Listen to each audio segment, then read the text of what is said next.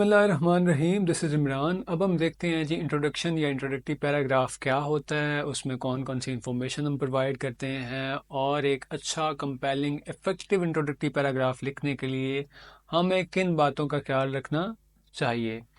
سب سے پہلے introduction is the first and the foremost paragraph of your ایسے، جس میں آپ ایک جنرل وے میں اپنے ٹاپک کو انٹروڈیوس کرواتے ہیں، context and background information دیتے ہیں، اور اپنا تھیسس اسٹیٹمنٹ جو ہے وہ لکھتے ہیں اور اس کی امپورٹنس بتاتے ہیں ٹاپک کی۔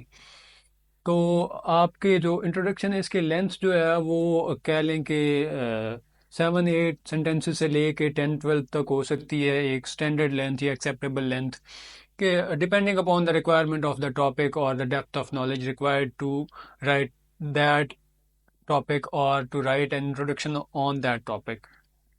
اس کے بعد جناب ایک اچھا افیکٹو کمپیلنگ انٹروڈکشن لکھنے کے لیے کن باتوں کا خیال رکھنا چاہیے۔ تو سب سے پہلے when you start writing your introduction, تو آپ کے مائنڈ میں اس کی آرگنائزیشن ہونی چاہیے کہ how I am going to organize my introduction.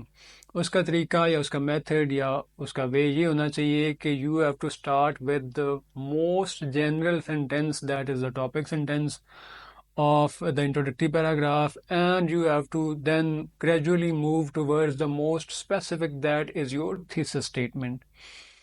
Uske baad you may start with the hook to make the introduction interesting for the examiner or for the reader. Hook میں آپ کیا لکھ سکتے ہیں؟ It may be an engaging question, it may be an interesting fact related to your topic, اور اس میں یا آپ کوئی جو کوٹیشن ہے وہ یوز کر سکتے ہیں۔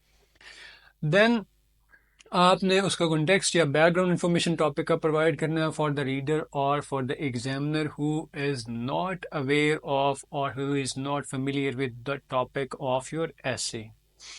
لیکن context and background information دیتے ہوئے ایک بات کا آپ نے خیال رکھنا ہے کہ ٹو مچ انفارمیشن نہیں پٹ ان کر دینی، that may become overwhelming for the reader or for the examiner۔ جتنی ریکوائر ہے اور وہ ریکوائر بھی جو ہے وہ بھی ٹو دا پوائنٹ اور اسپیسیفک اور ریلیٹڈ ٹو یور ٹاپک ہونی چاہیے۔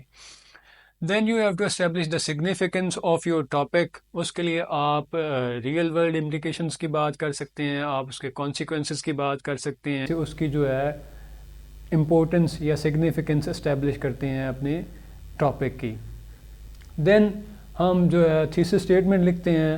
تھیسس اسٹیٹمنٹ بہت ضروری ہے اور لازمی لکھنا ہوتا ہے، اور تھیسس اسٹیٹمنٹ کے بغیر کوئی بھی کہہ لیں کہ انٹروڈکشن یا ایسے کمپلیٹ نہیں ہوتا، نہ ہی ہو سکتا ہے۔ ٹھیک ہے، اس میں کوئی دو رائے نہیں ہونی چاہیے کہ مجھے تھیسس اسٹیٹمنٹ لکھنا چاہیے یا نہیں لکھنا چاہیے۔ تو کیسے لکھنا چاہیے، کیسے ایزیلی ہم لکھ سکتے ہیں، اس کی ہم کسی اور لیکچر میں بات کریں گے۔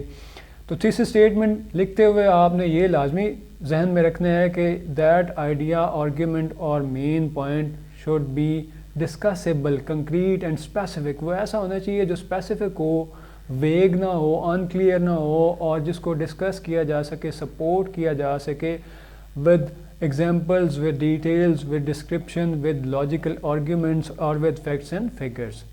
سو this is how to write an effective اور کمپیلنگ انٹروڈکشن۔ اور ایک اور میں بات کہوں گا کہ اف ٹائم الاؤز یو، تو آپ نے اپنے انٹروڈکشن کو ریڈ کرنا ہے اور اس کو ریوائز کرنا ہے۔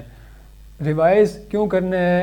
اگر آپ کو کوئی گرامیٹیکل مسٹیک ملتی ہے، کوئی پنکچویشن کی مسٹیک ملتی ہے، اسپیلنگ مسٹیک ملتی ہے، یا آپ کو جو ہے وہ آپ نے پراپر یوز آف وکیب نہیں کیا ہوا، جارگن کا ٹو مچ استعمال کر لیا ہے، یا آپ نے کمپلیکس وکیب کی طرف چلے گئے ہیں جس نے اس کو ویگ، ان کلیئر یا کنفیوز کر دیا ہے آپ کے انٹروڈکشن کو کہ آپ اس میں کیا کہنا چاہ رہے ہیں۔ تو جب اگر آپ کو ٹائم ملتا ہے اتنا، تو یا آپ سمجھتے ہیں کہ آپ کی رائٹنگ سپیڈ اچھی ہے اینڈ یو میں go for revision and polishing your introduction, تو آپ نے یہ لازمی کرنا ہے، and you will feel the difference after rewriting کہ پہلے کیا تھا اور اب کیا ہو گیا۔ تو یہ کچھ چیزیں ہیں جن کا آپ نے خیال رکھنا ہے for writing an interesting, effective اور a compelling introduction. Subscribe and stay tuned for smart study, effective evaluation and for sure success. Thank you.